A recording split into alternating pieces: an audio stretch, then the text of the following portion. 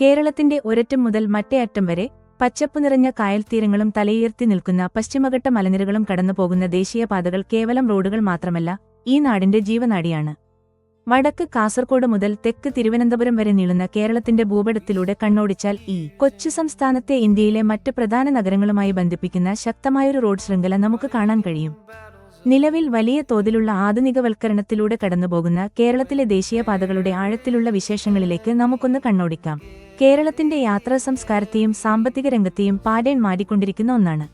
ഭാരതമാല പരിയോജന പദ്ധതിയിൽ ഉൾപ്പെടുത്തി വികസിപ്പിക്കുന്ന ദേശീയപാത 66, പഴയ NH-17, പഴയ NH-47 ന്റെ ചില ഭാഗങ്ങൾ എന്നിവ കൂട്ടിച്ചേർത്താണ് ഈ പാത രൂപീകരിച്ചിരിക്കുന്നത്. കാസർകോട് ജില്ലയിലെ തലപ്പാടിയിൽ തുടങ്ങി മലബാറിന്റെയും മധ്യകേരളത്തിന്റെയും തീരദേശങ്ങളിലൂടെ സഞ്ചരിച്ച് തിരുവനന്തപുരത്തെ കാരോടെത്തുമ്പോൾ ഈ പാത കേരളത്തെ പൂർണ്ണമായും വലം വെക്കുന്നു. നിലവിൽ 45 മീറ്റർ വീതിയിൽ 6-വരിപ്പാതയായി അതിവേഗം വികസിച്ചുകൊണ്ടിരിക്കുന്ന NH-66 നാളത്തെ കേരളത്തിന്റെ സാമ്പത്തിക വളർച്ചയ്ക്ക് വലിയൊരു ഊർജ്ജമാകും. ഈ പാതയിലെ യാത്രാസമയം പകുതിയായി കുറയുന്നതോടെ ചരക്കുനീക്കവും ടൂറിസവും പുതിയൊരു തലത്തിലേക്ക് ഉയരും. പ്രത്യേകിച്ച് കൊച്ചിയിലെ ആരൂർ മുതൽ തുറവൂർ വരെ നിർമ്മിക്കുന്ന ഇന്ത്യയിലെ തന്നെ ഏറ്റവും നീളമേറിയ എലിവേറ്റഡ് ഹൈവേ അഥവാ മേൽപ്പാലം ഈ പാതയിലെ വലിയൊരു എഞ്ചിനീയറിംഗ് അത്ഭുതമാണ്. ജനസാന്ദ്രതയേറിയ ഈ മേഖലയിലെ സ്ഥലമേറ്റെടുപ്പ് ഒഴിവാക്കാനും ഗതാഗതക്കുരുക്ക് ശാശ്വതമായി പരിഹരിക്കാനും ഈ ഫ്ലൈഓവർ നിർമ്മാണത്തിലൂടെ സാധിക്കുന്നു. ചില മലയോര തീരദേശ മേഖലകളിൽ മണ്ണ് ഇടിയുന്നത് തടയാൻ പരമ്പരാഗതമായ മൺതിട്ടകൾക്ക് പകരം വലിയ പില്ലറുകളിൽ റോഡ് വയഡക്ട്സ് നിർമ്മിക്കുന്ന അത്യാധുനിക രീതിയും ഇവിടെ പരീക്ഷിച്ചിട്ടുണ്ട്.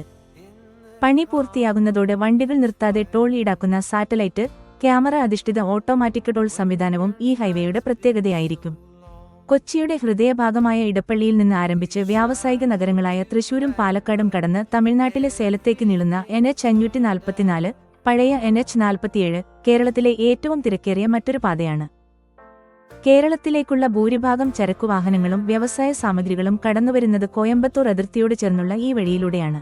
ഈ പാതയിലെ ഏറ്റവും വലിയ നാഴികക്കല്ല് തൃശൂർ-പാലക്കാട് അതിർത്തിയിലുള്ള കുതിരാനിലെ ഇരട്ടക്കുഴൽ റോഡ് തുരങ്കങ്ങളാണ്. ഒരു കാലത്ത് മണിക്കൂറുകളോളം നീളുന്ന കനത്ത ഗതാഗതക്കുരുക്കിലും അപകടങ്ങളിലും യാത്രക്കാർ വലഞ്ഞിരുന്ന കുതിരാൻ മലനിരകൾ ഇന്ന് ഈ ടണലുകളിലൂടെയുള്ള സുഗമമായ യാത്രയ്ക്ക് വഴിമാറിക്കഴിഞ്ഞു.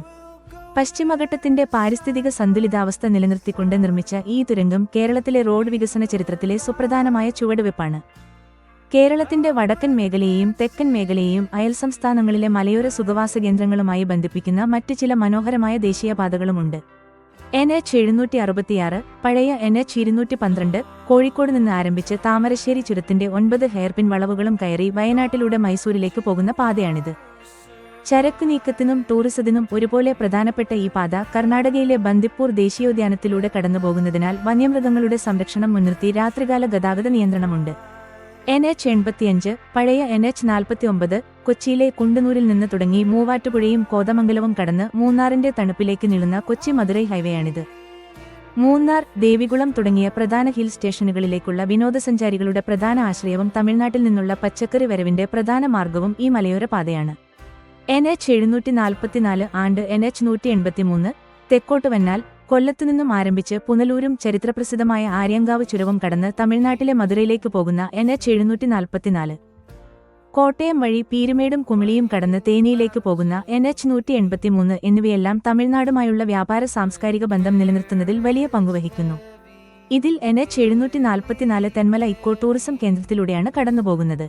NH-183A ആൻഡ് NH-185 പത്തനംതിട്ട ജില്ലയിലൂടെ കടന്നുപോകുന്ന NH-183A പ്രധാനമായും ഒരു ശബരിമല തീർത്ഥാടന പാതയായി വികസിപ്പിച്ചെടുത്തതാണ്. അടിമാലിയിൽ നിന്ന് ആരംഭിച്ച് ചെറുതോണിയും പൈനാവും വഴി കുമിളിയിലെത്തുന്ന NH-185 ഇടുക്കി ജില്ലയുടെ ഉൾപ്രദേശങ്ങളെ ബന്ധിപ്പിക്കുന്ന പ്രധാന ഹൈവേയാണ്. വലിയ ഹൈവേകൾക്കിടയിൽ കൊച്ചി നഗരത്തോട് ചേർന്ന് കിടക്കുന്ന ചില ചെറിയ ദേശീയപാതകൾ കൗതുകമുള്ള ഒരു അറിവാണ്. കൊച്ചിൻ പോർട്ടിനെയും വല്ലായിയാടം അന്താരാഷ്ട്ര കണ്ടെയ്നർ ടെർമിനലിനെയും ബന്ധിപ്പിക്കുന്ന NH-966A കണ്ടെയ്നർ റോഡ്, കുണ്ടന്നൂർ മുതൽ വെല്ലിംഗ്ടൺ ഐലൻഡ് വരെയുള്ള NH-966B, പഴയ NH-47A എന്നിവ ഇത്തരം ലിങ്ക് റോഡുകളാണ്. ഇതിൽ NH-966B വെറും 5.92 കിലോമീറ്റർ മാത്രം നീളമുള്ള ഇന്ത്യയിലെ തന്നെ ഏറ്റവും ചെറിയ ദേശീയപാതകളിൽ ഒന്നാണ്. നിലവിലുള്ള റോഡുകൾ വീതി കൂട്ടുന്നതിന് പകരം ജനവാസം കുറഞ്ഞ മേഖലകളിലൂടെ പ്രകൃതിയെയും പരിസ്ഥിതിയെയും പരമാവധി സംരക്ഷിച്ചുകൊണ്ട് പുതിയ ഗ്രീൻഫീൽഡ് ആക്സസ് കൺട്രോൾഡ് ഹൈവേകളും കേരളത്തിൽ ഒരുങ്ങുന്നുണ്ട്.